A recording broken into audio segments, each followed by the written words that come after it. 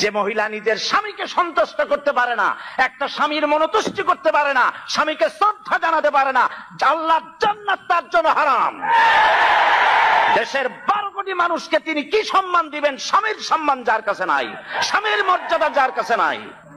সুতরাং আজকে টেলিভিশনে যতই বক্তৃতা করেন, টেলিভিশন আজকে আপনার মিডিয়া আপনার হাতের মুঠায়, কিন্তু চিরকাল এই অবস্থা থাকবে না। পণ্ডিত জওয়াহরলাল নেহেরু একবার পাগলা গারদে গিয়েছিলেন, কি বলে এটাকে, মেন্টাল হসপিটাল। তো পাগলেরা পণ্ডিত নেহেরুকে দেখছে মাথায় কেস্টে টুপি, শেরওয়ানি, চশমা জামা, হাতে ছড়ি, দেখতে তো মানানসই সুপুরুষ। পাগলেরা বলছে তুমি কে গো? উনি বলছেন আমাকে চেনো নাই, আমি হচ্ছি ভারতের প্রধানমন্ত্রী পণ্ডিত জওয়াহরলাল নেহেরু। পাগলরা বলছে ও এই কথা, আমরা যখন এই পাগলা গারদে আসছিলাম এই তোমার মতো এরকম লম্বা লম্বা কথা আমরাও বলেছি, থাকো কিছুদিন আমাদের সাথে, তোমার মাথাও ঠান্ডা হয়ে যাবে। সুতরাং মাথা তো এখন খুব গরম, যার জন্য গরম গরম কথা বলছেন। ত্রাণ সাহায্য দিতে যায় আর আপনি বলেন ওরা নাটক করে। বিরোধী দলের নেত্রী, দেশ নেত্রী বেগম খালেদা জিয়াকে ত্রাণ সামগ্রী বিতরণ করতে না দিয়ে এলাকার লক্ষ লক্ষ মানুষকে, বনি আদমকে বঞ্চিত করেছেন আপনি। এদেশের বর্ষিয়ান জননেতা যিনি রাজনীতি করেছেন আপনার বাবার সাথে, সেই পিতৃতুল্য মর্যাদা সম্পন্ন নেতা অধ্যাপক গোলাম আজমকে মিরপুরে ত্রাণ সামগ্রী বিতরণ না করতে দিয়ে গোলাম আজমের সাথে বেয়াদবি করেছেন। আপনার এই বেয়াদবির শাস্তি আপনাকে পেতে হবেই হবে।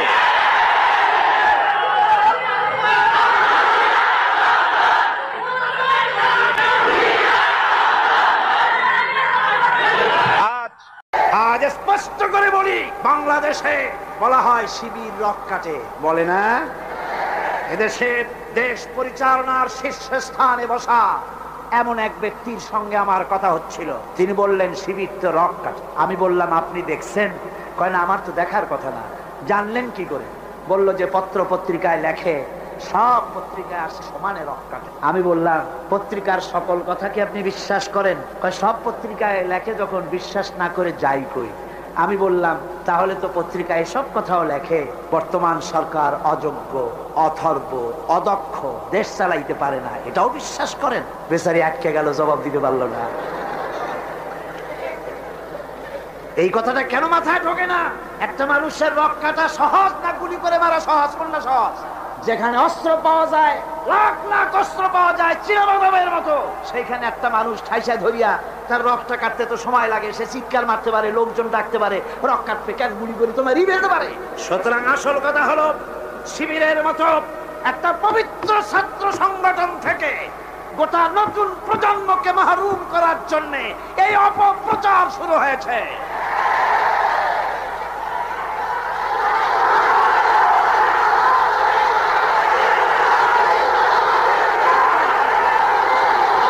মুসলমান ভাইরা, এজন্য আমি বলতে চাই, আমার ভাইদেরকে বলতে চাই, তোমরা একটুখানি যাদের বিরুদ্ধে লেগেছো, একটুখানি যায় দেখো রাতের আধারে এই ছেলেগুলি কি করে, ওদের রিপোর্ট দেখো। কোরআন শরীফ কয়বার পড়তে হয় তার রিপোর্টে লিখে দিতে হয়, নামাজ 5 ওয়াক্ত পড়ে কিনা লিখতে হয়। আমি জিজ্ঞেস করি চট্টগ্রামবাসীদের কাছে, শিবির এই চট্টগ্রামের এত বড় বিরাট শহরে কোন দোকানে বাকি খাইয়া পয়সা দেয় নাই? একজন বলুন। কার মেয়ের দিকে খারাপ চোখে তাকায়ছে?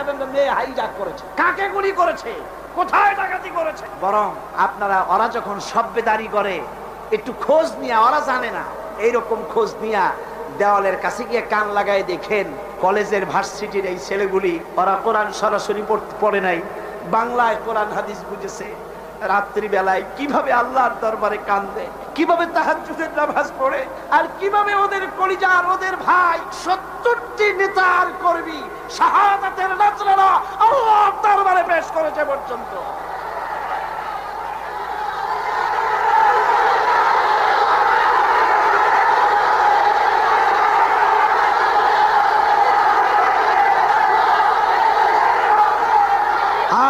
আমি আজ এই বিশাল জনসমুদ্রের পক্ষ থেকে বলতে চাই, চট্টগ্রাম বিশ্ববিদ্যালয়ের বাইরে একটা ছেলেকে কে বা কারা মারলো, সেই জন্য বিশ্ববিদ্যালয় বন্ধ করে দেওয়া হলো। কতদিন কেউ জানেন না?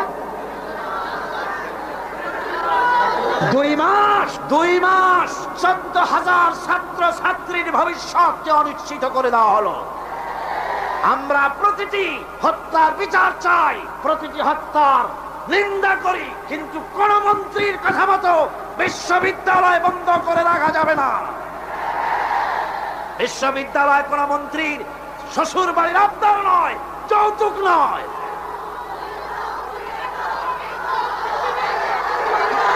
আজ চট্টগ্রামে বিবেক সম্পন্ন লোকদের কাছে আমি আপিল করে গেলাম, বিশ্ববিদ্যালয়কে খুলে দিতে হবে। এই 14,000 ছাত্র ছাত্রীদের ভবিষ্যৎকে জলাঞ্জলি দেওয়া যাবে না। আপনারা একটা কথা শোনেন, পৃথিবীতে দেশ শুধু বাংলাদেশ না, আরো দেশ আছে না? সন্ত্রাসের কারণে ভারতের ইউনিভার্সিটি বন্ধ হয়েছে বছরে কয়দিন, কোন ইউরোপে কয়দিন, আমেরিকায় কয়দিন, বাংলাদেশে বন্ধ হয় কেন? আর কারণ পেঁয়াজ রসুন যেমন এখন ভারত থেকে আমদানি করা লাগে, মুরগির ডিমের থেকে কসমের ডিম আমদানি করা লাগে, সুই থেকে শুরু করে প্লেনের পার্টস পর্যন্ত ভারত থেকে আনা লাগে। বাংলাদেশ এখন ভারতের কলোনি, ভারতের মার্কেট, ঠিক কিনা? সুতরাং পেঁয়াজ রসুন যেমন আমদানি করা লাগে, ডাক্তার, ইঞ্জিনিয়ার, প্রফেসর তাও যেন ভারত থেকে আনা লাগে।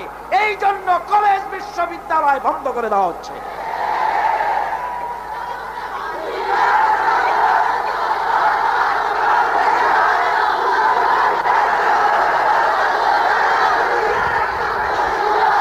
আমি তরুণদের, জওয়ানদের বলবো, বাংলাদেশকে সত্যি যদি ভালোবাসো তাহলে ভারতীয় মুক্ত বাজার অর্থনীতির নামে ভারতের সম্পদ দিয়ে যেভাবে ভারতীয় বাজার দিয়ে বাংলাদেশকে নষ্ট করা হয়েছে, এর প্রতিবাদে তোমাদেরকে রুখে দাঁড়াতে হবে।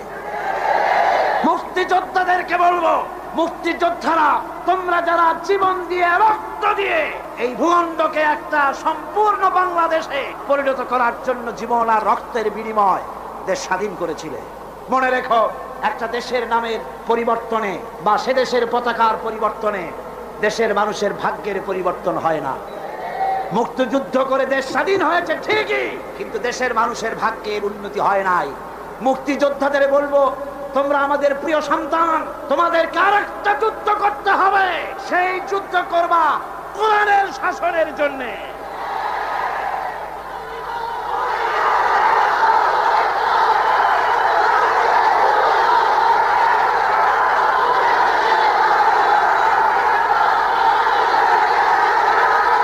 মুক্তিযোদ্ধারা, সমস্ত মুক্তিযোদ্ধাদের প্রতি আমার আবেগ ভরাই আবেদন রইল, বাংলাদেশকে ইসলামী শাসন প্রবর্তন করার জন্য আপনারা আপনাদের অবদান রাখুন। কিয়ামতে পুরস্কার পাবেন আল্লাহর দরবারে, কোনো সন্দেহ নাই। যুবকদের ব্যাপারে সর্বশেষ কথা, কোরআন পড়ো, হাদিস পড়ো, বখাটেপনা, মাস্তানিপনা, সাদাবাজি বন্ধ করো। সত্যিকারের মুসলমান হয়ে আল্লাহর দ্বীনের দিকে এগিয়ে আসো। জান্নাত তোমাদের জন্য অবধারিত। বুড়া মানুষ একটাও ভেস্তে যাবে না কিয়ামতে। বুড়া মানুষ একটাও ভেস্তে যাবে না, কালো মানুষ একটাও ভেস্তে যাবে। বুড়া মানুষরা আবার অসন্তুষ্ট হন, আপনি যখন ভেস্তে যাবেন আল্লাহ আপনারে জওয়ান বানায় দিবেন। কারণ ভেস্তে এত নিয়ামত যা বুড়ারা খাইয়া হজম করতে পারবে না, ভেস্ত নষ্ট করে ফেলাবে। এই জন্য সব উরুবান আতরাবা, সমবয়স্ক বয়স্ক আল্লাহ করে দিয়ে দিবেন। কারণ সুবহানাল্লাহ। জওয়ানদের ব্যাপারে এই আবেদন রইল। আর একটি কথা না বললে নয়, সেটা হচ্ছে এনজিও। সেটা কি? এনজিও। বাংলাদেশে বড় রকমের একটি সমস্যা এনজিও। সব এনজিও খারাপ তা নয়, কয়েকটা এনজিও আছে ইসলামের মারাত্মক শত্রু। বাংলাদেশে ইসলামের শ্রেষ্ঠ শত্রু হচ্ছে ব্রাক, 2 নম্বরে কারিতাস, 3 নম্বরে অক্সফাম। 52টা ইসলাম বিদ্বেষী এনজিও বাংলাদেশে কাজ করছে। আমাদের দেশে বামপন্থীরা এতদিনে খয়রাত করতো, ভিক্ষা করা ছাড়া উপায় থাকতো না, যেহেতু রাশিয়া তো শেষ। এনজিওরা এদের সকলকে চাকরি দিয়ে দিছে।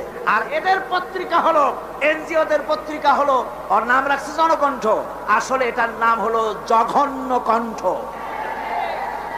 এই জঘন্য কণ্ঠ আজকের কাগজ, ভোরের কাগজ, সকালের কাগজ, বাংলা বাজার, সবুজ বাংলা, আলামী, যতগুলি পত্রিকা সব ভারতের টাকা দিয়া পত্রিকাগুলি পরিচালিত হয়। এনজিওরা এই পত্রিকার মাধ্যমে ওলামাদেরকে ফতোয়াবাজ বলে গালি দেয়, ঠিক কিনা? ওরা নিজেরা মতলববাজ, তাই আলেমদের বলে ফতোয়াবাজ। ওরা তুত গাছ লাগাইছে, জানেন তো তুত গাছ? বগুড়ায় গেলাম, ওরা কয় যে আলেমেরা সব তুত গাছ কাটছে। আমরা আলেমদের খাইয়ে খাইয়ে কাম নাই, তুত গাছ কাটবো। তুত গাছ লাগাইছো না তুমি? কেন তুত গাছ লাগিয়েছ? আমার দেশে সুতার প্রয়োজন, রেশমের এত কাপড় পরবে কোন বড় লোক? তারপর যদিও রেশমি কাপড় দরকার আমি মানলাম, সেজন্য এক জায়গায় শত শত বিঘা জমি কেন, সেখানে তোমরা তুঁত গাছের চাষ করো। কিন্তু মাইলের পর মাইল রাস্তার দুই ধারে তুঁত গাছ লাগাইয়া উদ্দেশ্যটা কি? কারা সংরক্ষণ করবে, কারা পোকা চাষ করবে, কারা তুঁত আহরণ করবে? আসল উদ্দেশ্য কি জানেন? আসল উদ্দেশ্য হলো দেশ যাতে বনায়ন করে দেশ সমৃদ্ধ না হয়। একটা মেহগনি গাছ লাগালে 15 বছর পর মেহগনি গাছের দাম হবে 20,000 টাকা, সেখানে তুঁত গাছ 20 বছর পরে দাম হবে না 10 টাকাও। বাংলাদেশের এই বনায়নের বিরুদ্ধে তুঁত গাছ লাগিয়ে তারা বড় বড় গাছ লাগাবার পথকে বন্ধ করে দিচ্ছে।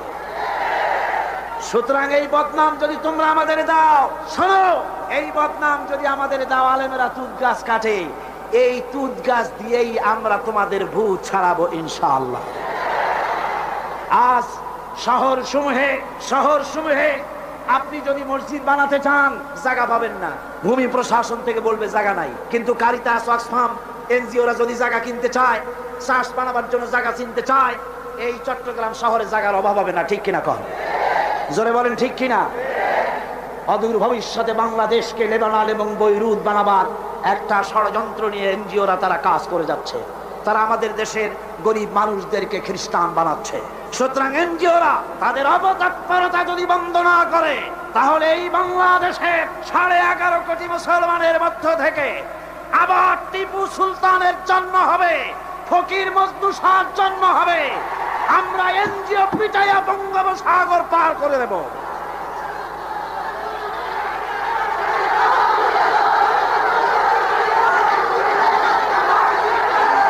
আমার মুসলমান ভাইরা, আমাদের দেশে সব এনজিও খারাপ তা কিন্তু আমি বলি নাই।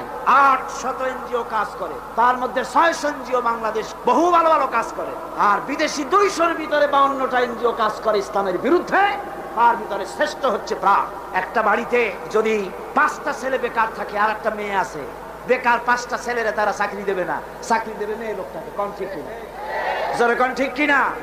আমাদের মেয়েদেরকে বেপরোয়া করেছে, মোটর সাইকেলে চড়িয়েছে, ইজ্জত নষ্ট করেছে, বাংলাদেশের পারিবারিক বন্ধনকে বিনষ্ট করেছে। সুতরাং এই শয়তানি আমরা আর চলতে দেব না বাংলাদেশে ইনশাআল্লাহ। জোরে কোন ইনশাআল্লাহ। ভাইরা আমার, এরপরে আমার কথা হচ্ছে সাংবাদিক ভাইদের জন্য। সাংবাদিক ভাইরা যারা সাংবাদিকতা করেন, এটি একটি মহান পেশা। কোন আলহামদুলিল্লাহ। এই মহান পেশার দায়িত্ব যারা নিয়েছেন, আপনার একটা খবরে দেশের মধ্যে উত্তেজনার সৃষ্টি হতে পারে, আবার একটা বস্তুনিষ্ঠ সংবাদ পরিবেশনের কারণে উত্তেজনা প্রশমিত হতে পারে। ঠিক কিনা? সেজন্য সাংবাদিক বন্ধুদের বলবো, নিজের মত, দলের মত সংবাদ পরিবেশনার জন্য প্রভাবিত করতে না পারে, নিরপেক্ষভাবে বস্তুনিষ্ঠ সংবাদ পরিবেশনের চেষ্টা করুন। আমি দুঃখিত, এই চট্টগ্রাম এত বড় সবগুলি ন্যাশনাল পত্রিকার অফিস এখানে আছে কি নাই? আছে কি নাই? একটা মেয়ে লোকের খেমটা নাচ হলে পরে পত্রিকার প্রথম পৃষ্ঠায় আসে, লক্ষ লক্ষ জনতার ঢল নামলো, তোমাদের ক্যামেরাম্যান কোথায়, তোমরা কোথায় জিজ্ঞাসা করি। সুতরাং ইসলামের সাথে দুশ্মনী করো না। সময় একদিন আসবে যেদিন তোমরা নিজেরা এসে অনুমতি চাবা একটু খবর নিয়ে যায়। ইনশাআল্লাহ সময় আসবে, ইনশাআল্লাহ ইনশাআল্লাহ। হুজুর যখন প্রথম উমরা করতে গেলেন, চাবি চাইছিলেন চাবির দ্বার রক্ষকের কাছে, চাবি তো দিলই না, আরো গালাগালি দিয়ে দিল। সাহাবীরা বললেন, হুজুর অর্ডার দেন, ওর কল্লারে নামাই দি। হুজুর কয় না। এরপরে যেদিন ফতে মক্কার দিন, সেই দিন চাবিওয়ালা আসছে, এসে কয়, হুজুর ঘরের মধ্যে ঢুকবেন না, এই নেন চাবি। হুজুর চাবি নিলেন, দরজা খুললেন, ভিতরে ঢুকলেন, মূর্তি ফেলাই দিলেন, নামাজ পড়লেন, বেরিয়ে এসে বললেন, নাও এই চাবি তোমার কাছে থাকবে, কোন জালিম ছাড়া এই চাবি তোমার কাছ থেকে কেউ নিতে পারবে। সুবহানাল্লাহ, এর নাম ইসলাম। আজ পর্যন্ত ওই চাবি সেই বংশের লোকের থাকে। ফাহাদের বাপেরও ক্ষমতা নাই ওই চাবি নেওয়ার, কারণ রাসূল বলেছে জালিম ছাড়া এই চাবি কেউ নেবে না। সুবহানাল্লাহ। আমরা সাংবাদিক ভাইদেরকে সম্মান করি, সেই সম্মানের মূল্য দেবেন। আমরা কথা বলি জাতিকে রক্ষা করার জন্য, দেশের স্বাধীনতার সার্বভৌমত্বকে টিকিয়ে রাখার জন্য। আমরা বাজে গপ্প করি না, আজে বাজে কথা বলি না, আজে বাজে গাল গপ্প বলে সময় নষ্ট করি না। জাতির চরিত্র গঠন, দেশের সার্বভৌমত্ব রক্ষার জন্য চেষ্টা করি। দেশ যদি আক্রান্ত হয়, জীবন দেবে এরা, এই যারা বসে আছে। ঠিক কিনা? জোরে বলেন ঠিক কিনা? সুতরাং কথাগুলি যথাযোগ্যতার সাথে সাংবাদিক ভাইয়েরা পরিবেশন করুন। আপনাদের জন্য এটাই রইল আমার আবেদন। এরপরে আমি বলবো ওলামা সমাজের ব্যাপারে কথা বলবো, বক্তৃতা শেষ করে নিয়ে আসছি, মুনাজাতের দিকে এগিয়ে যাচ্ছি। ওলামাদের ব্যাপারে বলবো, ওলামা হাজারাত আপনারা হচ্ছেন দ্বীনের আমানত আপনাদের কাছে। আলহামদুলিল্লাহ এই মাহফিলে আমি যদি হাত উঁচু করতে বলি, কয়েক হাজার আলেম উস্তাদ এখানে আছে। এমনকি মাহফিলের ভিতরে মঞ্চে জায়গা দেওয়া তো সম্ভব না। আমারে যারা পড়াইতে পারে, আমি যাদের জুতা বহন করার যোগ্যতা রাখি না, এরকম বড় বড় আলেম এই মাহফিলের মধ্যে বসা আছে। কোন সুবহানাল্লাহ, জোরে কোন আলহামদুলিল্লাহ। আমি ওলামাদের খেদমতে আরজ করব, আসুন আমরা এক হই, নেক হই, ঐক্যবদ্ধ ভাবে গোটা জাতিকে সহি রাহনুমাই দেওয়ার তৌফিক আল্লাহ যেন আমাদের দেন। জোরে কোন আমিন। ওলামাদের মধ্যে গালাগালি দেওয়া, ফতোয়াবাজি করা, এগুলি বন্ধ করে দিতে হবে। এগুলো আগের থেকে অনেক কমছে, ঠিক কিনা? কন কমছে কিনা? আলহামদুলিল্লাহ অনেক কমেছে। আগে তো খালি কইতো কাফের, ও কাফের, সে কাফের, পরে যে কাফের মনে না করে সেও কাফের। ওই কাফের মরলে পরে কবরে যে ঘাস হয়, সেই ঘাস যে গরুতে খায় সে গরুও কাফের। আবার সিলেটে আছে দললিন আর জল্লিন নিয়ে ঝগড়া। হায় রে কপাল, এমন ঝগড়া দললিন আর জল্লিন। কোন কিয়ামতে কি আল্লাহ জিজ্ঞেস করবে যে তুমি দললিন না জল্লিন? কোন জিজ্ঞেস করবে নাকি? একজন পীর সাহেব মার খাইলেন, জম্মের মার খাইলেন, উনি দললিনের পর, জল্লিন ওলারা পিটাইছে। তারপরে পীর মার খাইলে মুরিদদের অবস্থা কি হয় তা তো বোঝেন। পরের দিন হাট বাড়ছিল, মারামারি লাগে গেল। এ বলে তুমি কি কয়? আমি দললিন। আমি তো জল্লিন। পিঠের উপরে দিল বসায়। হাট বারের মার লোকেরা কয় ভাই তুমি আমার ধামাটা ধরো, আমার কিলটা দিয়ে আসে। একটা শুকনা শাকনা ছেলে, সে বলতেছে আল্লাহ আমি যেন কেউ, আমি গরিব মানুষ, শুকনা মানুষ, আমি যেন কোনো দলের সামনে পড়ি না, আমার একটু বাড়ি তুমি পুষাই দাও। এই বলে মারামারি সারা বাজারে মায়, দোকানের গলি দিয়ে আসতে বাইর হয়েছে যেন কেউ না দেখে। কিন্তু কপাল খারাপ, দুই দিক দিয়ে দুইজন এসে দুই হাত ধরছে। একজনে বলে এই বেটা কি বল, আমি কিন্তু দললিন, তুই কি? ওই হাত যে ধরছে সে কয় আমি কিন্তু জল্লিন, সাবধান হয়ে কথা বলবি, তুই কি? যুবক ছেলে কয় ভাই আল্লাহর কসম আমি মোটে নামাজই পড়ি না। তারা দললিন আর জল্লিন কি? সামান্য সামান্য জিনিস নিয়ে ফতোয়াবাজি করা, গালাগালি করার কোনো মানে হয় না। ওলামায়ে কেরামদেরকে আজ এগিয়ে আসতে হবে, নেতৃত্ব হাতে নিতে হবে। বাংলার জনগণ তাকিয়ে আছে ওলামাদের দিকে। কোন আলহামদুলিল্লাহ, জোরে কোন আলহামদুলিল্লাহ। আলেমদেরকে ঐক্যবদ্ধ হওয়ার তৌফিক আল্লাহ দান করুন। তবে একটা ষড়যন্ত্র থেকে আমি জাতিকে হুঁশিয়ার করে দিতে চাই, সেটা হলো অনেক লোক আমাদের দেশে বিদেশ থেকে আসেন, নামের আগে ওলিয়ে কামেল লেখেন, আওলাদে রসুল লেখেন, হেদায়ে মিল্লাত লেখেন, আমার দেশে নসিহত করতে আসেন, কিন্তু নিজের দেশে বাবরি মসজিদ যখন ভেঙে গেল একটা টু শব্দ করার সাহস হয় না। আদমের বোম্বাই, কর্ণাটক, দিল্লি, মাদ্রাস, আহমেদাবাদ, ক্যালকাটা, আসাম, মুর্শিদাবাদ, হাজার হাজার মুসলমানের রক্তের বন্যা বয়ে যায়। কংগ্রেসের ৫ আটা গোলাম বাংলাদেশে ওলিয়ে কামেল হিসাবে আমরা মেনে নিতে পারি না। যদি বাপের ছেলে হও তাহলে ইন্ডিয়ান পার্লামেন্টে দাঁড়ায় বলো নরপশুরাও, ওটা নরসীমা না, নরপশু। আমরা খুশি হতাম যদি বলতে পারতেন তোমার এই পার্লামেন্টে জিন্দিগিতে আর একটা মুসলমান আসবে না যতক্ষণ ২৪ ঘন্টার ভেতরে এই মসজিদ যদি বানায় না দাও বাবরি মসজিদ। বাপের বেটা হও, নিজের দেশে কথা বলো, আমার দেশে অলির অভাব নাই, আলমের অভাব নাই। আজ মানুষকে ফাঁকি দেওয়া, প্রতারণা করা বরদাস্ত করা হবে না, বরং টাকা দিয়ে আমার দেশের রাজনীতির ভিতরে তারা নাক গলাতে আসে। ঠিক কিনা কর? যারা বলেন ঠিক কিনা? ইন্ডিয়ার এই ষড়যন্ত্র থেকে গোটা জাতিকে এবং ওলামায়ে কেরামকে আমি সচেতন করে দিতে চাই। বন্ধুগণ, আল্লাহ রাব্বুল আলামিন আমাদেরকে তৌফিক দিন ষড়যন্ত্রের হাত থেকে বেঁচে এই বাংলাদেশকে আল্লাহর কোরআনের রাষ্ট্রে যেন পরিণত করে দিতে পারি। এ তৌফিক যেন আল্লাহ দেন। জোরে কোন আমিন। এখন মোনাজাত হবে। মোনাজাতের জন্য দাঁড়ানো ভাইরা সবাই বসে পড়ে, যত মুসলমান আছেন সব বসে পড়ে, কেউ আর দাঁড়িয়ে থাকবেন না। মোনাজাত কেউ আর দাঁড়িয়ে থাকবেন না। প্রশাসনিক দায়িত্বশীল ব্যক্তিবর্গ যারা আছেন তাদেরকে অনুরোধ করব, ডিসি, এসপি, জজ, ম্যাজিস্ট্রেট, টিএনও, এই ধরনের দায়িত্বশীল যারা আছেন তাদেরকে অনুরোধ করব ইনসাফের উপরে ভিত্তি করে প্রশাসনিক দায়িত্ব পালন করবেন। লক্ষ্য রাখতে হবে, খেয়াল রাখতে হবে, আল্লাহর কাছে আপনাদেরকে একদিন আল্লাহর কাছে জবাবদিহি করতে হবে। কথা ঠিক কিনা? মন্ত্রী হন, প্রেসিডেন্ট হন, প্রশাসনে যারা আছেন হক বিচার করবেন, ন্যায় বিচার করবেন। কোন দলের কথা মতো বিবেককে বিক্রি করবেন না। অনেক সময় আছে, আমি তো জানি অনেকের সঙ্গে মহব্বত আছে, একজন পুলিশ সুপারিনটেন্ডেন্ট, পুলিশ কমিশনার আমার কাছে বলছিলেন, কোন এক জেলার পুলিশ কমিশনার আমাকে বলছিলেন যে যে কাজটা করলাম বিবেকের বিরুদ্ধে, চাকরি রক্ষা করতে গিয়ে করতে হলো। বললাম, ইমানের বিরুদ্ধে, বিবেকের বিরুদ্ধে যদি চাকরি করতে হয়, এমন চাকরি বাদ দিয়া পানের দোকান দিয়ে খান, তাও আপনার সম্মান বাঁচবে, আল্লাহর কাছে ইজ্জত বাঁচবে। সুতরাং দলের কথা নয়, প্রশাসনিক দায়িত্বশীল ভাইদের বলবো, দলের কথা মতো নয়, আইন মতো, আইনের শাসন প্রতিষ্ঠা করার জন্য বদ্ধপরিকর হন। কারো টেলিফোনে কোন হাইজাকার, কোন লুটেরা, কোন বদমাশ, কোন লুচ্ছা, কোন খুনিকে ছেড়ে দিবেন না। তাতে চাকরি যদি চলে যায় যেতে পারে, ঠিক কিনা? পুলিশ ভাইদের বলবো, আপনাদের বিরাট দায়িত্ব। পুলিশ ভাইরা, আপনাদের বিরাট দায়িত্ব। যে কোনো গভর্নমেন্ট আসুক, আপনাদের কাজের কোনো অভাব নাই, কষ্টটা আপনাদেরই বেশি হয় সব সময়। আপনারা ঘুষ বিবর্জিত জীবন যাপন করুন, মানুষের প্রতি ইনসাফ করুন।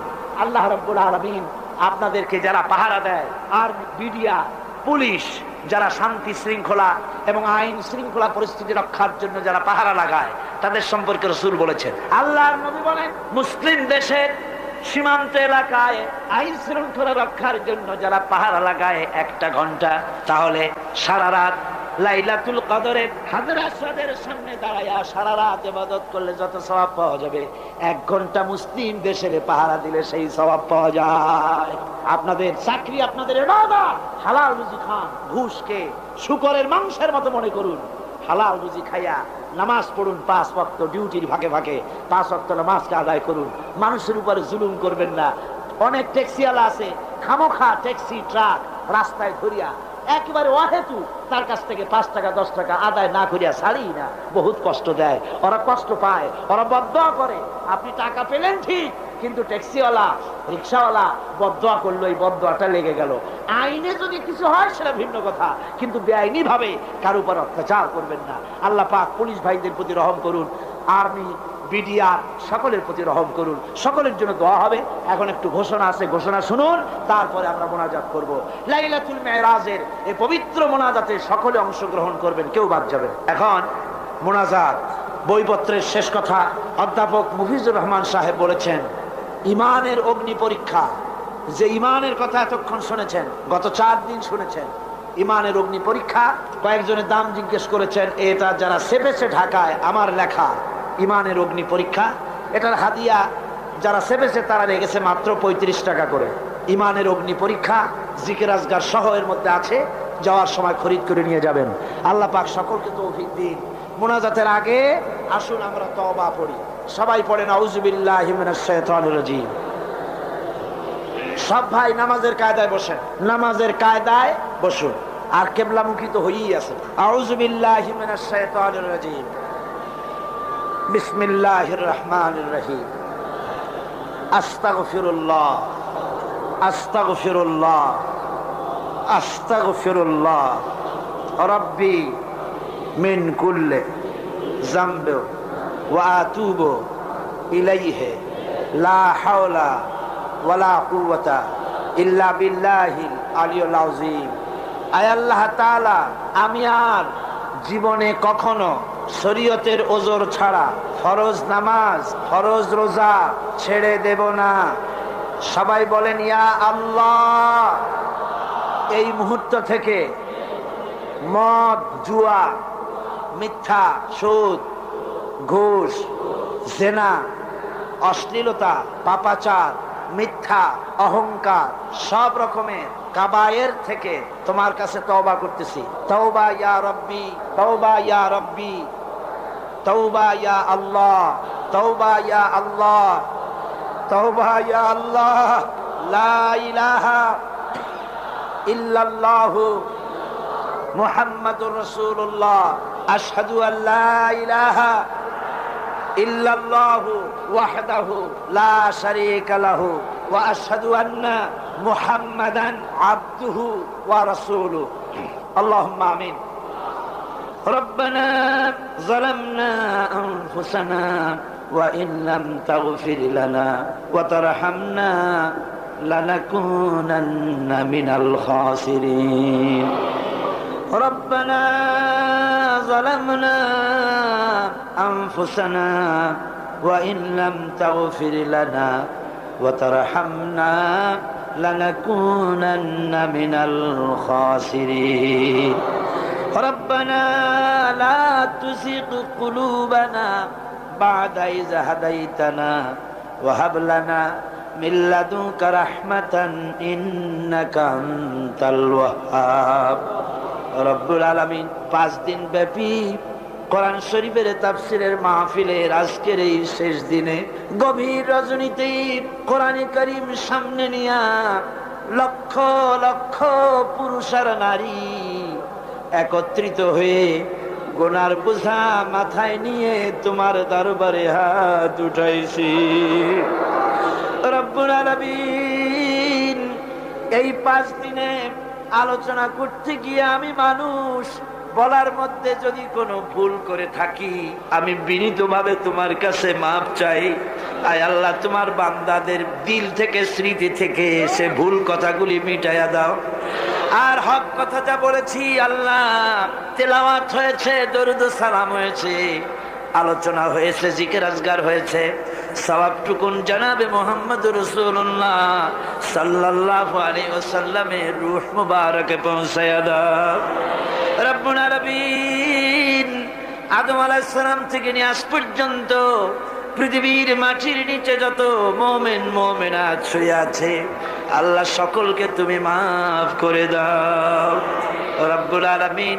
এই মুহূর্তে মনে পড়ে গেল আমাদের বাপজানের কথা, আম্মাজানের কথা মনে পড়ে গেল রব্বুল আলামিন।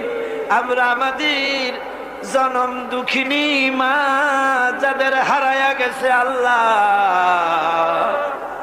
একটা অক্ষর মা আর সারা দুনিয়ার মধু এই একটা অক্ষরের ভিতরে, ওই মা যার বিদায় হয়ে গেছে আল্লাহ কবরটারে বেহেশতের বাগান বানাইয়া দাও। মায়ের বুকে চড়ে মায়ের দুধগুলো চুচে চুচে খেয়ে মাকে কষ্ট দিয়েছি। পৌষ মাসে মাঘ মাসে প্রস্রাব করে দিয়েছি, ভিজা জায়গায় মা নিজে শুয়ে কলিজার টুকরা সন্তানটাকে বুকের উপরে নিয়ে সারাটা রাত কাটাইয়া দিয়েছে। নিজে না খায়া ছেলের মুখে খাবার দিয়েছে। কান্না শুনলে পরে হাজারো কাজ ফালাইয়া রাখা, বাচ্চাকে কোলে নিয়ে শত চুমা দিয়া কান্না মুখে হাসি ফুটাইল যে মা আল্লাহ, ওই মা যার বিদায় হয়ে গেছে আল্লাহ কবরটারে বেহেশত বানাইয়া দাও রব্বুল আলামিন। আমাদের আব্বা জান আমাদেরকে লেখাপড়া শিখাবার জন্য, বাড়িঘর জায়গা জমি করার জন্য কত কষ্ট করেছে। আমাদের আব্বা যাদের মারা গেছে আল্লাহ আমাদের আব্বাকে জান্নাতুল ফেরদাউস নসিব করে দাও রব্বুল আলামিন। সকলে সম্মান করে ডাকে, নাম ধরে কেউ তো ডাকে না, বাবারায় ফেলেছি আল্লাহ। নাম ধরে ডাকে তো বাপে আর মায়। আল্লাহ আমাদের বাপজান আমাদের মা যাদের মারা গেছে কবরগুলি বেহেশত বানাইয়া দাও রব্বির হামহুমা কামা রব্বায়ানি সগীরা। সবাই পড়েন রব্বির হামহুমা কামা রব্বায়ানি সগীরা। আয় আল্লাহ আমাদের আব্বা আম্মা যাদের বেঁচে আছে আল্লাহ, আমরা অনেক কারণে অনেক সময় খেদমত যেমনটি করা দরকার পারি না রব্বুল আলামিন। মা বাপ যাদের বেঁচে আছে সুস্থ রাখো, ভালো রাখো, খাতেমা বিল খাইর করো। অনেকে মায়ের জন্য দোয়া চেয়েছেন, কারো মায়ের পা ভেঙে গেছে, কারো মার অসুস্থ হয়ে আছে আল্লাহ সকলের মা যাদের বেঁচে আছে সুস্থ করো, ভালো করো রব্বুল আলামিন। আমাদের দাদা দাদি নানা নানি আত্মীয় স্বজন যারা কবরে শুয়ে আছে ওদের তুমি যদি শাস্তি দাও তাহলে শাস্তি থেকে বাঁচাবার কেউ নাই, আর যদি তুমি মাফ করে দাও আল্লাহ তাহলে ঠেকাবার মতো কেউ নাই। আল্লাহ তুমি দয়া করে আমাদের মুরব্বিয়ান পীর মুর্শিদ যারা মারা গেছে সকলকে মাফ করে দাও রব্বুল আলামিন। কারাঙ্গিয়ার ছোট হুজুর মারা গেছেন আল্লাহ, আমাকে বড় মোহাব্বত তিনি করতেন, আমিও বড় সম্মান করতাম। আল্লাহ গারাঙ্গিয়ার হুজুরের রুহের পরে সওয়াব পৌঁছায় দাও রব্বুল আলামিন। বাঁশখালীর হুজুরের রুহের পরে সওয়াব পৌঁছায় দাও। তাদেরকে জান্নাতুল ফেরদাউসের মেহমান বানাইয়া দাও রব্বুল আলামিন। আজকে তোমার আওলাদের রাসূলকে দেখে আসলাম, সৈয়দ আব্দুল্লাহ আল বাদারী। চেহারা দেখলে মনে হয় না যে আর দুই একদিনও বাঁচবে। আল্লাহ আওলাদের রাসূল, আমরা তার জন্য দোয়া করি, আল্লাহ তুমি হায়াতে তৈয়বা দাও। চট্টগ্রামবাসীদের জন্য বিরাট নেয়ামত। আয় আল্লাহ আওলাদের রাসূল আব্দুল আহাদ আল মাদানী, আল্লাহ বারবার আমাকে বলতেছিলেন দোয়া করেন যেন ঈমানের সাথে মরতে পারি। আল্লাহ তোমার এই আওলাদের রাসূল যখন নিবা কলেমার উপরে নিয়ে নিও আল্লাহ। যতদিন বেঁচে থাকেন তিনি, তুমি দয়া করে তারে সুস্থ রেখে দিও রব্বুল আলামিন। এবার আমরা দুনিয়ার মুসলমানদের জন্য কথা বলি মাবুদ, ওরা আমাদের ভাই। আল্লাহ চেচনিয়ার মুসলমানেরা রাশিয়া কর্তৃক ঘেরাও হয়ে গেছে, ওদের অস্ত্র নাই, ওদের পালাবার জায়গা নাই। আল্লাহ চেচনিয়ার মুসলমানগুলির হেফাজত করো আল্লাহ। বসনিয়ার মুসলমানগুলি হেফাজত করো। মুসলমান মারতে মারতে শেষ করে দিল আল্লাহ, তুমি আমাদের উপরে রাগ করো না। আয় আল্লাহ কাশ্মীরের মুসলমানগুলি ভারতের জালিম সরকার মেরে মেরে শেষ করে দিল, আল্লাহ কাশ্মীরের স্বাধীন বানাইয়া দাও, বসনিয়ারে স্বাধীন বানাইয়া দাও, চেচনিয়ারে স্বাধীন বানাইয়া দাও, আলজেরিয়া স্বাধীন বানাইয়া দাও। সোমালিয়ার মানুষ না খেয়ে মরে গেল, আল্লাহ তাদের খাবার দাও। আল্লাহ আমাদের অনেক দোষ অনেক গুনাহ আছে, স্বীকার করি। আমরা নাফরমান তাও স্বীকার করি, আমরা গুনাহগার তাও স্বীকার করি। কিন্তু আল্লাহ আমাদের তো একটা ভালো পরিচয় আছে বাবু, সে ভালো পরিচয়টার দিকে একটু তাকাও। আমাদের ভালো পরিচয় হলো আমরা তোমার হাবিব মুহাম্মদ সাল্লাল্লাহু আলাইহি সাল্লামের উম্মত। আল্লাহ রব্বুল আলামিন, এবার আমরা নিজেদের কথা বলি। গুনাহ করে করে পিছনের জীবনটাকে নষ্ট করে ফেলেছি। গুনাহ ছাড়া কিছু নাই, লাফারবাড়ি করছি। কোন গুনাহ বাদ আছে যা করি নাই? আয় আল্লাহ কিয়ামতের দিন তুমি যদি জিজ্ঞেস করো যৌবনকাল কেমনে কাটাইছো, জবাব দেওয়ার পথ রাখি নাই। তুমি যদি জিজ্ঞাসা করো টাকা কামাই করেছো কোন পথে, জবাব দেওয়ার পথ রাখি নাই। তুমি যদি জিজ্ঞাসা করো খরচ করেছো কোন পথে, জবাব দেওয়ার পথ রাখি নাই। আল্লাহ গো, তো আমাদের কাছে তোমার যা দেনা ছিল তুমি সব শোধ করছো। আমাদের চোখ দিয়েছো, নাক দিয়েছো, কান দিয়েছো, বিবেক দিয়েছো, বউ দিয়েছো, বাচ্চা দিয়েছো, টাকা দিয়েছো, পয়সা দিয়েছো, যার যোগ্যতা রাখি না তাও দিয়েছো। তোমার দেনা তো তুমি শোধ করে দিয়েছো, কিন্তু বান্দা হিসাবে মনিবের যা পাওনা আছে আমরা তো কিছুই শোধ করতে পারি নাই। আয় আল্লাহ এই ঋণ শোধ করার একটাই পথ আছে, আল্লাহ আমাদের তুমি মাফ করে দাও। আল্লাহ আল্লাহ আল্লাহ তুমি একটু তোমার এই চট্টগ্রামের দিকে একটু তাকাও, তোমার আরশ থেকে একটু তাকাও, তোমার আরশ থেকে একটু তাকাও। তোমার বান্দা বান্দিরা কেমনে কান্দে দেখো। আমার ভাইরা মাথা নিচু করে কান্দেন, ভালো করে কাঁদেন, চোখের পানি ভালার। রাসূলুল্লাহ বলেছেন জাহান্নামের আগুন 7টা দরিয়ার পানিতে নেবে না, চোখের পানিতে নিভে যায়। আল্লাহ জাহান্নামের আগুনে আমরা জ্বলতে পারবো না। আল্লাহ জাহান্নামের আগুন আমাদের জন্য তুমি হারাম করে দাও। রব্বুল আলামিন তুমি তাকাও। আয় আল্লাহ এইভাবে করে যদি মায়ের কাছে দাঁড়াইয়া যদি মা মা বলে কাঁদতাম, এমন নিষ্ঠুর মা কি আছে যে কোলে না নিয়ে পারত? আল্লাহ মায়ের চাইতে 1,00,000 গুণে মায়া তোমার বেশি, আমাদের রহমতের কোলে উঠাইয়া নাও।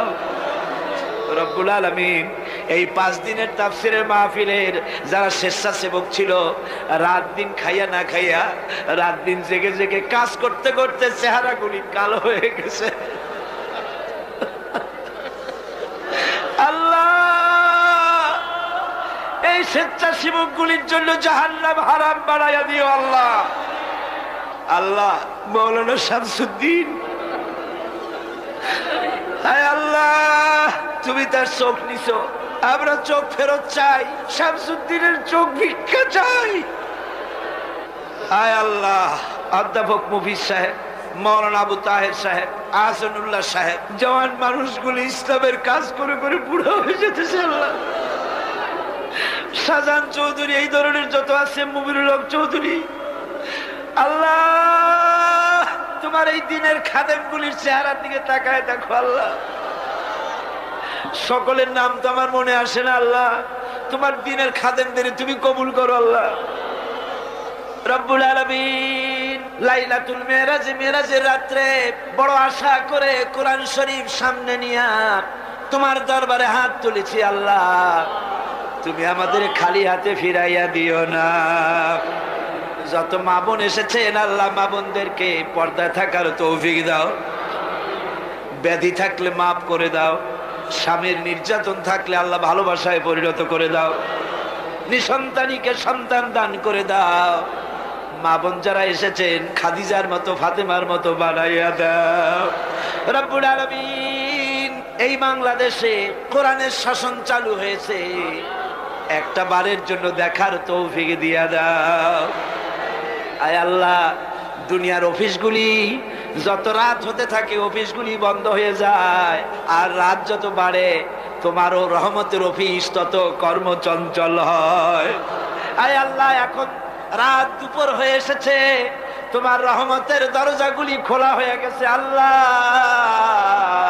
রহমতের নজর দিয়া তাকাও। আমার ভাইরা মাথা নিচু করিয়া চক্ষু বন্ধ করে কান্দে, যার যা মনে চাওয়ার আছে চান, আমি ছাড়িয়া দিলাম। এবার আপনারা চান, যার যা মনে আছে বলার আছে, দুঃখ আছে, কষ্ট আছে, বলেন আর কাঁদেন।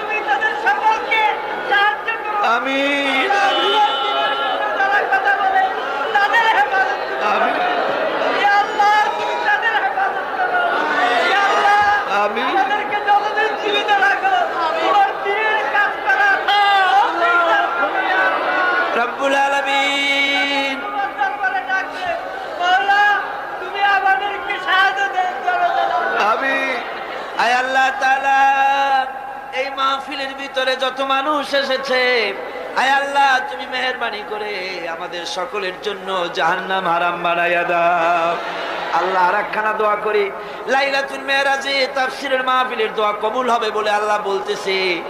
আল্লাহ, এর মধ্যে বহুত মানুষ আছে মক্কা দেখে নাই, মদিনা দেখে নাই। আল্লাহ, যারা মক্কা মদিনা দেখে নাই, হজ করার তৌফিক আল্লাহ সকলকে দিয়া দাও। রব্বুল আলামিন, তোমার হাবিবকে তামাম জিন্দেগীর ভিতরে একটা রাতে রাসূলুল্লাহর সঙ্গে আমাদের স্বপ্নে জিয়ারত করাইয়া দিও আল্লাহ। রব্বুল আলামিন, আয় আল্লাহ, কোনটা ইসলামী বিশ্ববিদ্যালয় আল্লাহ তুমি মঞ্জুর করে নাও আল্লাহ। আয় আল্লাহ, ইসলামী বিশ্ববিদ্যালয় মঞ্জুর করে নাও। আয় আল্লাহ, কর্ণফুলী পত্রিকা আল্লাহ কবুল করে নাও। রব্বুল আলামিন, আয় আল্লাহ, তোমার কাছে কি চাইবো, চাওয়ার আগে অনেক কিছু তুমি দিয়েছো। আয় আল্লাহ, যে যা চাইলো সকলকে আল্লাহ তুমি দিয়া দাও। আয় আল্লাহ তাআলা, বাংলাদেশের সেনাবাহিনী, বাংলাদেশের বিডিআর, বাংলাদেশের পুলিশ বাহিনী তোমার রহমত দিয়া ঢেকে রাখো আল্লাহ। আল্লাহ, বাংলাদেশের বিমান বাহিনী, নৌবাহিনী, সেনাবাহিনী, পুলিশ বিডিআর সকলকে দিনের মুজাহিদ বানায় দাও। বাংলাদেশের সব ডিসি, সব এসপি, সব জজ, সব ব্যারিস্টার, সব আইনজীবী সকলকে খাঁটি মুসলমান বানায় দাও আল্লাহ। আল্লাহ দিনদার বানাও, পরহেজগার বানাও। সাংবাদিক ভাইদের উপরে রহম করো, দিনের রাস্তায় চলার তৌফিক দাও। আল্লাহ তাআলা এই কলেজ কর্তৃপক্ষ প্রতি বছর তাফসীর মাহফিলের জন্য জায়গা দেয়, আল্লাহ কিয়ামতে ওনাদের জন্য বেহেশতের জায়গা তুমি দিয়ে দিও আল্লাহ। এই কলেজকে তুমি কবুল করে নিও আল্লাহ। আর একটা দোয়া মনে পড়লো, প্রত্যেক বছর মাহফিলে আনোয়ার চৌধুরী সাহেব যতদিন আমার পেরে ওই হাই স্কুল মাঠে, কলেজিয়েট মাঠে মাহফিল হতো, আমার পাশে বসে আমাকে চা বানায় খাওয়াইতো। বেচারা এখন ঠিক মতো নামাজও পড়তে পারে না, তার কষ্ট শুনেছি। আনোয়ার চৌধুরী সাহেবের উপর আল্লাহ তুমি রহমত করো, তাকে সুস্থ করো। তিনি গারাঙ্গিয়া হুজুরের একজন মুরিদ, আল্লাহ তুমি তার উপরে রহম করো, আল্লাহ তাকে তুমি ভালো রাখো। আয় আল্লাহ তাআলা এই মাহফিলে যত আলেম ওলামা এসেছেন, বিশেষ করে মুরব্বী হযরত মাওলানা সিদ্দিক আজাদ সাহেব, হায়াতে তাইয়্যিবা দাও, সেহাতে কুল্লিয়া দাও। রামগতির পীর সাহেব এসেছেন, আরো আলেম ওলামা এসেছেন। যারা এই যত আলেম এসেছেন আল্লাহ সমস্ত আলেমের রোগ ব্যাধি দূর করে দাও, তাদের স্বাস্থ্য ভালো করে দাও, তাদেরকে সহিহ রাহনুমাই করার তৌফিক দাও। হাই স্কুল, কলেজ, ইউনিভার্সিটির শিক্ষক যারা এসেছেন তাদের উপর খাস রহমত নাজিল করো। মাদ্রাসার ছাত্র, কলেজের ছাত্র, ইউনিভার্সিটির ছাত্র, ছাত্র যুবক যারা আসছে সকলের উপরে রহম করো। আয় আল্লাহ মা বোনদের উপরে রহম করো। আয় আল্লাহ কেউ যেন এই মাহফিল থেকে কেউ যেন খালি হাতে ফেরত না যায়, রহমত দিয়া সকলের হাত ভরে দাও। বাইতুল শরীফের পীর সাহেবের জন্য দোয়া করুন, তিনি অসুস্থ, ডায়াবেটিসে ধরেছে, আল্লাহ যেন তাকে স্বাস্থ্য ভালো রাখেন, সুস্থ রাখুন, ভালো রাখেন। তাকে দিয়ে যেন আল্লাহ দ্বীনের খেদমত নেন। আল্লাহর যত হক্কানি ওলি আছে, বুজুর্গ আছে, সকলের উপর আল্লাহ তোমার রহমত নাজিল করো। জেলখানার ভিতরে যারা মজলুম আছে আল্লাহ তাদেরকে তুমি রহম করো আল্লাহ। অনেকে আহত আছে, যারা শহীদ হয়েছেন সকলের প্রতি আল্লাহ তুমি রহম করো। আমি এখন আমার নিজের জন্য আপনাদের কাছে একটা কথা না বলে পারি না। আমার নিজের জন্য একটা কথা আমি বলি। সে কথাটা হলো, বিগত 14-15 বছর পর্যন্ত আমি ডায়াবেটিক পেশেন্ট। এই রোগ হলে পরে নানান রকমের বড় বড় রোগ শরীরে আসে। আমি আপনাদের কাছে দোয়া চাই, কোরআনে কারিমের যে খেদমতটুকু করার তৌফিক আল্লাহ দিয়েছেন, আমার এই রোগ যেন এই পথে আমার বাধা না দেয়। এই কোরআনের খেদমত যেন মৃত্যু পর্যন্ত করতে পারি। আর আমার মৌত যখন আসবে আল্লাহ তুমি সাক্ষী, আমার কলিজায় আমার স্ত্রী, আমার ছেলে মেয়ের মহব্বত যত বেশি, তার থেকে বেশি মহব্বত করি আল্লাহ তোমারে, তোমার হাবিবরে, তোমার কোরআনে, তোমার ইসলামকে। আল্লাহ আল্লাহ এই রাস্তায় আমার শাহাদাতের মওত নসিব করে দাও আল্লাহ। আয় আল্লাহ আমার শাহাদাতের মওত নসিব করে দাও আল্লাহ। এই স্কুল, কলেজ, ইউনিভার্সিটিতে শিবিরের ছেলে মেয়েগুলি যে কাজ করে, ওদের বাড়তে বাড়তে শেষ করে দিল আল্লাহ। আল্লাহ ওদের শহীদগুলিকে জান্নাতে ফেরদাউসে জায়গা দিয়ে দিও। ওদের সাথে যারা শত্রুতা করে আল্লাহ তাদেরকে ওদের বন্ধু বানিয়ে দিও। বাংলাদেশ কোন দিকে যাচ্ছে আমরা বুঝতে পারতেছি না আল্লাহ, বাংলাদেশে একটা শান্তিপূর্ণ সমাধান করে দাও আল্লাহ। আল্লাহ আমাদের সকলের দোয়া কবুল করো, সকলের দোয়া কবুল করো। এবার সকলে আকাশের দিকে দুটি হাত উঁচু করে দেন, আল্লাহরে ডাকেন, আল্লাহরে ডাকেন, কান্দেন বাইরা, কান্দেন। আর কানবেন কবে? আজই তো কান্দার দিন। দুটি হাত আকাশের দিকে তুলে বলেন ইয়া আল্লাহ, বলেন ইয়া আল্লাহ, ইয়া আল্লাহ, ইয়া রহমান, ইয়া রহিম, ইয়া হাইয়্যু, ইয়া কাইয়্যুম, ইয়া আল্লাহ, আল্লাহ, ইয়া আল্লাহ। আমাদের কান্নার আওয়াজ মদিনায় পৌঁছায় দে খোদা।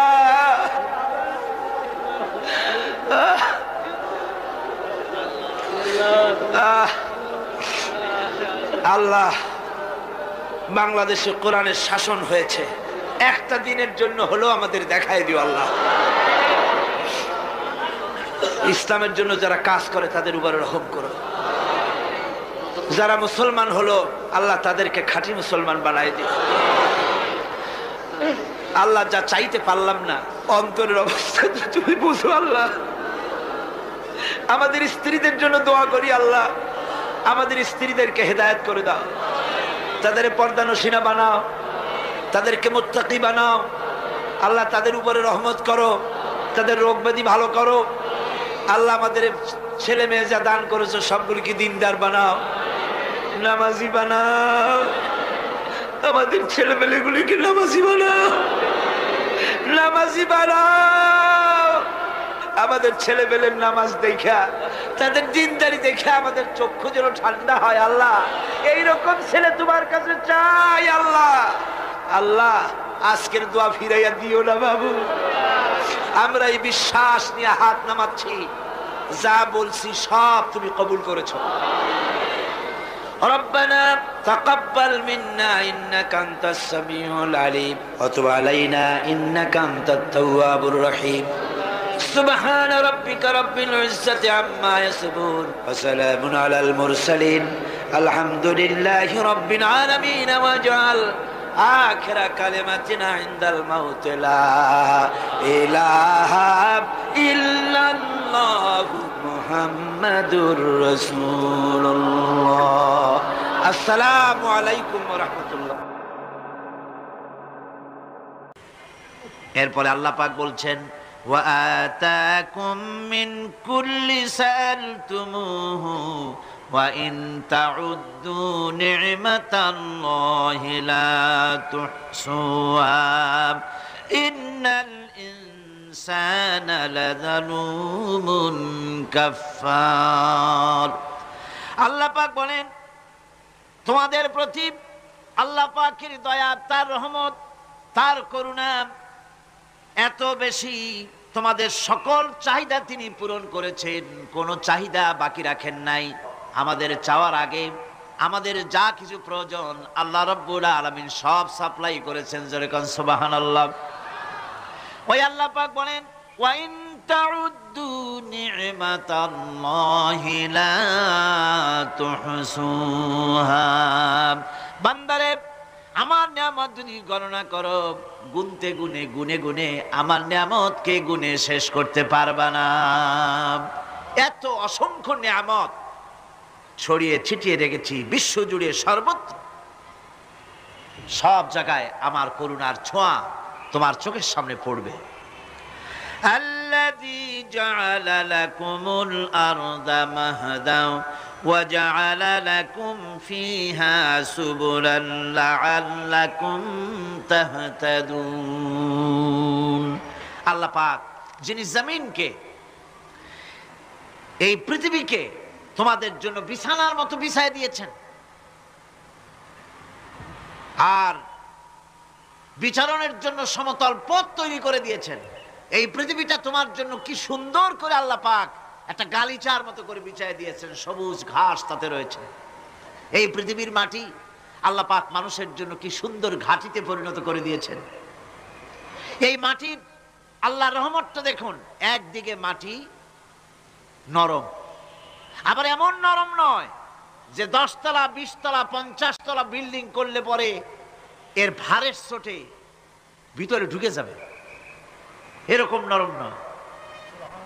যেখানে যতটুকুন প্রয়োজন ফসল ফলাবার জন্য বৃষ্টি দিয়ে মাটি নরম করে ফসল ফলাবার ব্যবস্থা করা হয়। আবার বিল্ডিং তৈরি করার জন্য মাটি যেমন শক্ত হওয়া দরকার তেমন শক্ত আল্লাহ পাক করে দিয়েছেন। এখন তো 130, 35, 40 তলা পর্যন্ত, তারও বেশি তলা বিল্ডিং তৈরি হচ্ছে। আমি 135 পর্যন্ত উঠেছি আমেরিকায়, 135 তলা বিল্ডিং। এটা উঠতে 39 সেকেন্ড লাগে মাত্র। এখন এদের লিফটটা কি পাওয়ারফুল চিন্তা করেন, সা করে একটা শব্দ হয় আর আপনি দেখছেন যে 135 তলার ছাদের উপর উঠে গেছে। নিচের দিকে তাকাইলে মানুষগুলো ছাগলের ছাওয়ার মতো এতটুকু এতটুকু দেখা যায়, গাড়িগুলো পিঁপড়ার মতো দেখা যায়। এগুলি নতুন নতুন প্রযুক্তির মাধ্যমে তৈরি করা হচ্ছে। এখন এই বিশাল বিল্ডিং, এত ওজন, এই ওজন ধারণ করার জন্য মাটিকে আল্লাহ পাক ভারসাম্য, শক্তির ভারসাম্য দান করেছেন। এটাকে আল্লাহ পাক নরমও করেছেন আবার শক্তও করেছেন। এই মাটি, এই পৃথিবী আমাদের জন্য বিশাল এক নিয়ামত আল্লাহ পাক করে দিয়েছেন, ফসল ফলাবার জন্য, চলাফেরার জন্য। আবার এই মাটি যেন আপনাকে নিয়ে নড়াচড়া করতে না পারে। মাঝে মাঝে ভূমিকম্প হয় না? পৃথিবীতে ভূমিকম্প জোন যেগুলি আছে সেগুলি হচ্ছে Japan, China, turkey, Iran, America, এরকম বিভিন্ন দেশে ভূমিকম্পের জোন, এগুলি ভূমিকম্প এলাকা। আমাদের এসব দেশে ভূমিকম্প কম হয়, তবে ইদানিং একটু একটু শুরু হয়েছে। আল্লাহ যেন এই ভূমিকম্পের গজব থেকে আমাদেরকে বাঁচান। এত আস্তে আমিন বললেন কেন? আল্লাহ পাক কি প্রচন্ড ক্ষমতার মালিক। তিনি রহমত করে এ জমিনকে সুন্দর স্থিতি স্থাপক, একটা স্থিতিশীলতা করে দিয়েছেন। এই পৃথিবী যেন আমাদের নিয়ে নড়াচড়া করতে না পারে, সেজন্য আল্লাহ পাক পাহাড় সৃষ্টি করেছেন। চট্টগ্রামে পাহাড় আছে না? রাঙামাটি, খাগড়াছড়ি, বান্দরবান পাহাড় আছে না? আছে। লোকেরা এই পাহাড়ের উপকারিতা বোঝে না, সমানে পাহাড় কাটে। যারা পাহাড় কাটেন তারা আত্মঘাতী কাজ করেন, তারা পৃথিবীর মানুষের ক্ষতি করেন। পাহাড় আল্লাহ পাক তৈরি করেছেন। আল্লাহ কোন জিনিস খেলতামাশার জন্য তৈরি করেন নাই। গতকাল এই আয়াতটি আমি পড়েছিলাম, আল্লাযীনা ইয়াযকুরুনাল্লাহা কিয়ামান ওয়া কুউদান ওয়া আলা জুনুবিহিম ওয়া ইয়াতাফাক্কারুনা ফি খালকিস সামাওয়াতি ওয়াল আরদ রব্বানা মা খালাকতা হাযা বাতিলা। নিরর্থক করে আল্লাহ পাক কোন জিনিসকে তৈরি করেন নাই। আল্লাহ পাক এই পাহাড় সৃষ্টি করেছেন জমিনের ভারসাম্য রক্ষা করার জন্য। সেই পাহাড়গুলি কাটতেছে মানুষ সমানে, গাছ কাটতেছে সমানে, এতে করে প্রকৃতির ভারসাম্য নষ্ট হয়ে যাচ্ছে। এগুলি সব আল্লাহ পাকের রহমত, সবগুলি আল্লাহ পাকের নিয়ামত। খালি খালি আল্লাহ কিচ্ছু তৈরি করেন নাই। ব্যাংকগুলারে জনমের মতো খাইয়া ব্যাঙের ব্যবসা করে, চীনের কাছে ব্যাংক বিক্রি করে এখন বাংলাদেশ মহাবিপদে পড়েছে। এখন ব্যাংক কোথায় পাওয়া যায় তাই তালাশ করে, কারণ এই ব্যাঙের উপকারিতা আগে জানা ছিল না। এত কীটনাশক ওষুধ ছড়ানো লাগতো না। কীটনাশক ওষুধ ছড়িয়ে জমিনের উর্বরা শক্তির 12টা বাজানো হচ্ছে। আল্লাহ পাক আপন কুদরতে, আপন রহমতে অসংখ্য ব্যাংক তৈরি করে দিচ্ছে, যাতে করে অতিরিক্ত পোকামাকড়গুলি এরা ধরে ধরে খাইয়া ফেলে। আল্লাহ পাকের এগুলি কিভাবে নষ্ট করা হলো।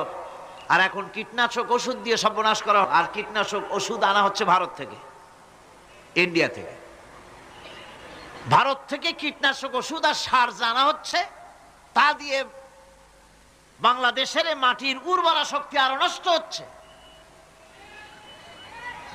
আপনারা জিজ্ঞেস করবেন চাষীদের কাছে কিভাবে নষ্ট হচ্ছে। সুতরাং আল্লাহ পাক খেল তামাশায় বস্তু করে কিছুই তৈরি করেন নাই, সবগুলিকে আপন রহমতে তৈরি করেছেন মানুষের সৃষ্টি জগতের জন্যে, যার দ্বারা মানুষ উপকৃত হতে পারবে। এই জন্য তিনি হচ্ছেন রহমান। বলেন তিনি কি? রহমান। আল্লাহ রাব্বুল আলামিন জমিন সৃষ্টি করলেন, পাহাড় দিলেন, গাছপালা তরুলতা তৈরি করে দিলেন। এরপরে আল্লাহ পাক বলছেন, তাকিয়ে দেখো সমুদ্রের দিকে, ওয়া হুয়াল্লাযী সাখারাল বাহরা লিতাকুলু মিনহু লাহমান তারিয়ান ওয়া তাস্তাখরু মিনহু হিলিয়াতান তালবাসুনাহা। সমুদ্রের দিকে লক্ষ্য করে দেখো, এই সমুদ্রকে তোমাদের অনুগত করে দিয়েছি। এর মধ্যে রয়েছে তাজা মাছ মাংস রয়েছে, এর ভিতরে রয়েছে তোমাদের পরিধানের অলংকার আদির জন্য মূল্যবান সম্পদ রাখা হয়েছে সমুদ্রের মধ্যে। বিজ্ঞানীরা বলেছেন পৃথিবীর উপরিভাগে যা আছে মাটির তলায় তার থেকে অনেক বেশি বেশি মূল্যবান জিনিস আছে। আছে না মাটির তলায় মূল্যবান জিনিস? কি আছে? কি আছে? খনিজ দ্রব্য আছে, সোনা আছে, লোহা আছে, তেল আছে। তেল যে শুধু সৌদি আরবে, কুয়েতে আর কাতারে, বাংলাদেশে তেল নাই এটা ঠিক না। আমাদের দেশে তেল আছে, আল্লাহ তেল আমাদের দেশে দিয়েছেন, তবে অতটা না হলেও কিছুটা তো দিয়েছেন। আমাদের দেশে চা আছে, পাট আছে, আমার দেশেও তেল আছে।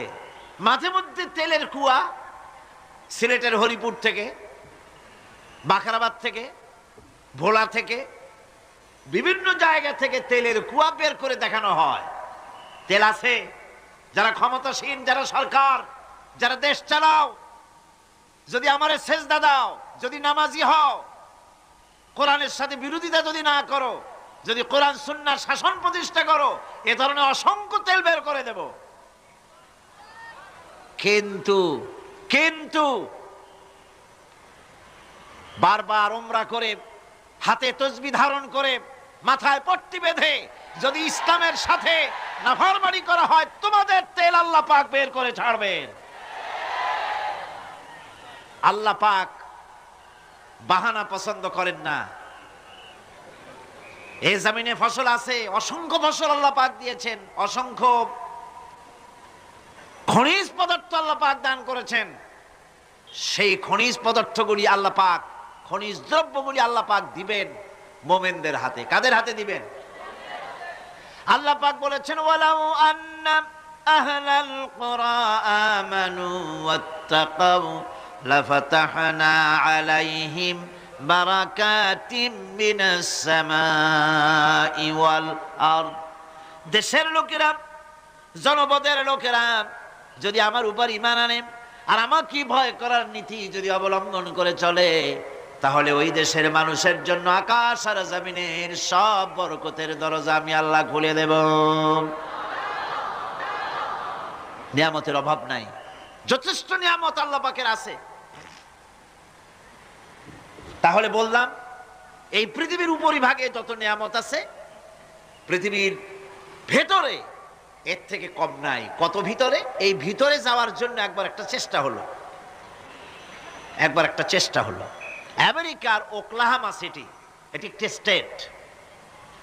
এই স্টেটের পাশে একটা জায়গা বেছে নেওয়া হলো, যে পৃথিবী, তাদের ধারণা ছিল যে মাটি খুঁড়তে খুঁড়তে এর পৃথিবীর অপর পৃষ্ঠে যাওয়ার জন্য একটা আন্ডারগ্রাউন্ড রাস্তা করা যায় নাকি।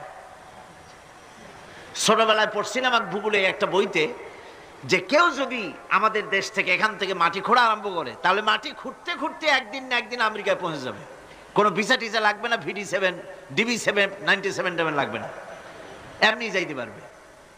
মানুষেরা চেষ্টা করলো মাটি খোঁড়া। মাটি খুঁড়তে খুঁড়তে পৃথিবীতে এটাই ছিল প্রথম এই দুঃসাহসিক পরিকল্পনা। 6000 ফিট পর্যন্ত মাটি খনন করার পর কোনো কুল কিনারা করতে না পেরে তারা এই দুঃসাহসিক পরিকল্পনা ছেড়ে দিল। কিন্তু গবেষণার শেষ হয়নি। যারা গবেষণা করেছেন তারা গবেষণালব্ধ, তাদের অভিজ্ঞতা তারা লিখেছেন যে পৃথিবীর অন্তত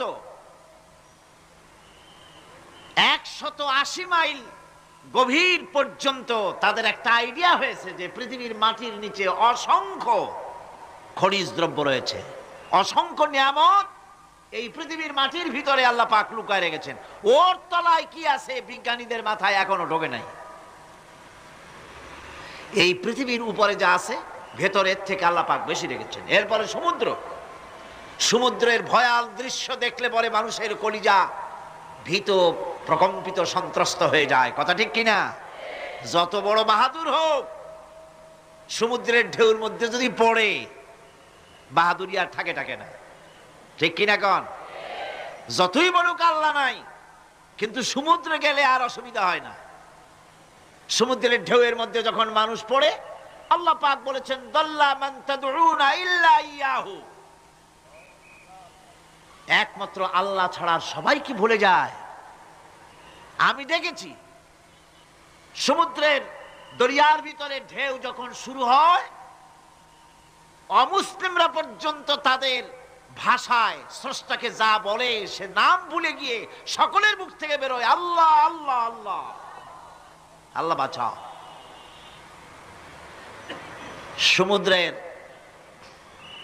সমুদ্র বিরাট রহস্য, একটি বিরাট রহস্য। বারমুদা ট্রায়াঙ্গলের কথা আপনারা শুনেছেন। বারমুদা ট্রায়াঙ্গলটা কি? এটা এখনো বিজ্ঞানের কাছে স্পষ্ট হয়নি। বারমুদা ট্রায়াঙ্গলের যে এরিয়া আছে, প্রশান্ত মহাসাগর এবং আটলান্টিক মহাসাগরের মোহনায়, এইখান থেকে যখন কোনো প্লেন যায় অথবা কোনো জাহাজের রেঞ্জে আসে, প্লেন হারিয়ে যায়, জাহাজ হারিয়ে যায়, কোথায় যায় কেউ হদিস করতে পারে না। এই সমুদ্র, মহাসমুদ্রের ভিতরে আল্লাহ রাব্বুল আলামিন অসংখ্য রহস্য রেখে দিয়েছেন, যা আজও বিজ্ঞানীরা উদ্ঘাটন করতে পারেনি। এই মহাসমুদ্রের ভিতরে রয়েছে ম্যাগনেটিক পাহাড় পানির তলায়। যদি রাডারে ধরা না পড়ে জাহাজের, তাহলে এর রেঞ্জের ভিতরে আসলে এমন আকর্ষণে টেনে নেবে, পাহাড়ের সাথে লেগে টক করে লেগে জাহাজ চানাচুর হয়ে যাবে। এই মহাসমুদ্রের ভেতরে আল্লাহ পাক মাছ রেখেছেন, অসংখ্য মাছ রয়েছে, অসংখ্য ধরনের প্রাণী রয়েছে।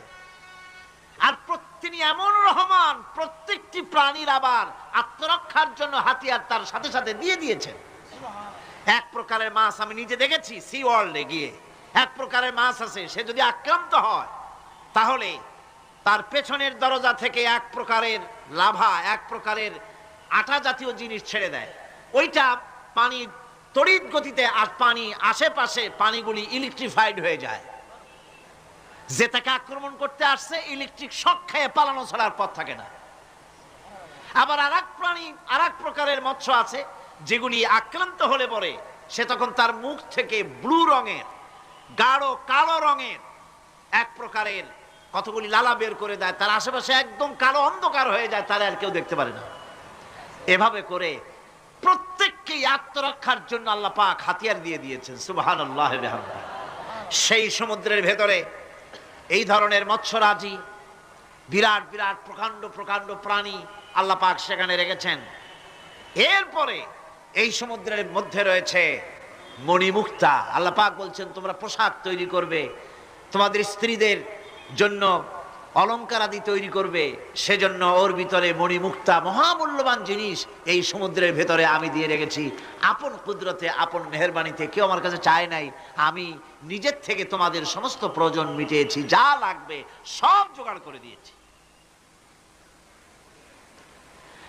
এখন দেখুন আল্লাহ রাব্বুল আলামিন তার রহমতের নমুনা প্রাণী জগতের দিকে লক্ষ্য করে দেখেন। আল্লাহ রাব্বুল আলামিন সমস্ত প্রাণী জগৎ, দুনিয়ায় মানুষ বাদে যত প্রাণী আছে সমস্ত প্রাণীর দিকে তাকান। মানুষের কথা তো গতকাল বলেছি। সমস্ত প্রাণীগুলিকে আল্লাহ রাব্বুল আলামিন তাদের সাথে তাদের সমস্ত জিনিস দিয়ে দিয়েছেন। এর মধ্যে কোনোটাকে আল্লাহ পাক বোঝা বহন করার জন্য কোন প্রাণীকে তৈরি করেছেন, আবার মানুষের জন্য, জিহাদের জন্য, যুদ্ধ করার জন্য কোন প্রাণী তৈরি করেছেন, চাষাবাদ করার জন্য প্রাণী তৈরি করে দিয়েছেন। কোরআন বলছি ওয়াল আনআমা খালাকাহা লাকুম ফিহা দিফউন ওয়া মানাফিউ ওয়া মিনহা তাআকুলুন। তিনি বিভিন্ন ধরনের জীব পয়দা করেছেন, যার থেকে তোমাদের শীতের পোশাক এবং অন্যান্য কল্যাণকর কাজ যেন তোমরা করতে পারো, সেজন্য পশুর গায়ে যে পশম দেওয়া হয়েছে, এতে পশুরও কাজ হয়। আবার এই পশমগুলি গ্রীষ্মকালে কেটে নিয়ে তাই দিয়ে মানুষের শীতবস্ত্র তৈরি করা হচ্ছে। আপনার গায়ের, আপনার গলার মাফলার, আপনার সোয়েটার, আপনার চাদর, আপনার কম্বল, এগুলি আল্লাহ পাক তৈরি করার জন্য দুনিয়ার যত প্রাণী তৈরি করেছেন, প্রাণীগুলির গায়ে, চতুষ্পদ জন্তুর গায়ে পশম দিয়ে, সেগুলি দিয়ে এগুলি তৈরি করার ব্যবস্থা করেছেন। আবার আল্লাহ রাব্বুল আলামিন বলেন ওয়ালাকুম ফিহা জামালুন হিনা তুরিহুনা ওয়া হিনা তাসরাহুন। যখন সেগুলি মাঠে সকাল বেলায় চড়তে নামে, আবার বিকেল বেলায় যখন পালবদ্ধ হয়ে বিকেল বেলায় যখন ঘরে ফেরে, তখন দেখার এক সৌন্দর্য এমন হয় যা সত্যি উপভোগ্য। লক্ষ্য করে দেখবেন, এগুলি শহরে কম দেখা যায়, গ্রাম্য অঞ্চলে মাঝে মধ্যে যাবেন, সব দিকেই আল্লাহ পাক এভাবে ছড়িয়ে রেখেছেন। এভাবে করে ওয়াতাহমিলু আসকালাকুম ইলা বালাদিন লাম তাকুনু বালিগিহিম ইল্লা বিশাক্কিল আনফুস। আল্লাহ পাক বলেন এভাবে করে আমি জন্তু জীব তৈরি করেছি যারা তোমাদের বোঝাগুলি এক শহর থেকে আর এক শহরে, এক গ্রাম থেকে আর এক গ্রামে বোঝাগুলি বহন করে নিয়ে যায়। এভাবে যদি আমি চতুষ্পদ জন্তু তৈরি না করতাম, তোমরা নিজেরা ঘাড়ে করে পিঠে করে এ বোঝাগুলি বহন করা বড়ই কষ্টসাধ্য হয়ে যেত। উটের পিঠে করে, গাধার পিঠে করে, গরুর গাড়ি বানায়া, হাতির পিঠে করে, কত বিরাট বিরাট বোঝা, টনকে টন বোঝা এভাবে পশু দিয়ে টেনে নেওয়া হয়। আল্লাহ পাক বলছেন এগুলি আমার রহমত। এরপরে এই পশুর ভিতরে হালাল গোশত তৈরি করে তোমার খাবারের ব্যবস্থা করেছি। ওয়া ইন্না লাকুম ফিল আনআমি লাইবরা নুসকিকুম মিম্মা ফি বুতুনিহি মিন বাইনি ফারসিন ওয়া দামিন লাবানান খালিসান সাইগান লিশশারিবিন। তোমাদের চতুষ্পদ জন্তুর মধ্যে দেখবে বুদ্ধিমান দূরদৃষ্টি সম্পর্ক লোক যারা, তাদের জন্য আমি এর মধ্যে নিদর্শন রেখেছি। তোমাদের দুগ্ধবতী গাভীগুলি যার দ্বারা তোমরা দুধ পাও, এগুলি জমিনের ঘাস খেলো, খড় খেলো, আর এর দ্বারা রক্ত তৈরি হলো, পায়খানা তৈরি হলো, পেশাব তৈরি হলো, পাশাপাশি রাস্তা দিয়ে পরিষ্কার সুস্বাদু দুধ আমি আল্লাহ রাব্বুল আলামিন তোমাদের জন্য দান করেছি। এত নিয়ামত আল্লাহ পাক দিলেন, আল্লাহ পাকের বিনিময় কিছুই চান নাই। কিছু চাইছেন নাকি? বলেন কিছু চেয়েছেন? কিছুই চান না। দেখেন এই যে ঠান্ডা মৌসুম চলছে, এখন কি মৌসুম? শীতের মৌসুম। এই পৃথিবীটাকে আমরা আমাদের একটা রুমকে যদি ঠান্ডা করতে চাই, তাহলে আমরা কি লাগাই? রুমে এসি লাগাই। প্রত্যেক মাসে বিল দেওয়া লাগে না লাগে না? বিল দিতে হয়। একটা রুম এসি দিয়ে ঠান্ডা করতে প্রত্যেক মাসে 500, 1000, 2000, 2500 রুম হিসাবে এর ভাড়া দেওয়া লাগে, এর চার্জ দিতে হয়। এত বড় বিশ্বটা আল্লাহ পাক ঠান্ডা করে ফেলেছেন। কত বড় এসি প্লান্ট আল্লাহ পাকের, সুবহানাল্লাহ। কত বড় এসি আল্লাহ ছেড়ে দিয়েছেন। এখন ঠান্ডায় মানুষ, এখানে তো মানুষে গরম লাগে, সেই গরমে আপনারা আরাম পাচ্ছেন, যে গায়ের জামা টামা খুলে ফেলাইছেন, ঠিক কিনা? মানুষের গরমও একটা গরম। তাহলে আল্লাহ রাব্বুল আলামিন এই যে ঠান্ডাটা দিলেন, মজার মৌসুম দিলেন, এই ঠান্ডার জন্য আমাদের কাছে কোনো বিল পাঠান নাই ফেরেশতার মাধ্যমে। শীতকাল গিয়ে পরে ফেরেশতারা কি বিল নিয়ে আসছে নাকি, যে শীতের মৌসুমে যে ঠান্ডা উপভোগ করেছো এটার জন্য বিল দিতে হবে? এবার দেখেন সূর্যের তাপ, সারা পৃথিবীতে যত উত্তাপ আছে, ভালো করে বোঝেন, সারা পৃথিবীতে পেট্রোল জ্বালায় আগুন তৈরি করে, ডিজেল জ্বালায় আগুন তৈরি করেন, কাঠ জ্বালায় আগুন তৈরি করে। পৃথিবীর মানুষের হাতে আগুন জ্বালাবার, উত্তাপ সৃষ্টি করার যত রকমের টেকনোলজি আছে, সব যদি একত্রিত করা হয়, সূর্য প্রতি সেকেন্ডে যে তাপ বিকিরণ করে পৃথিবীর জন্য, সারা পৃথিবীর সমস্ত মানুষ এক জায়গায় হইয়া কিয়ামত পর্যন্ত প্রচেষ্টা করিও ওই 1 সেকেন্ডের তাপ তৈরি করতে পারবে? পারবে না।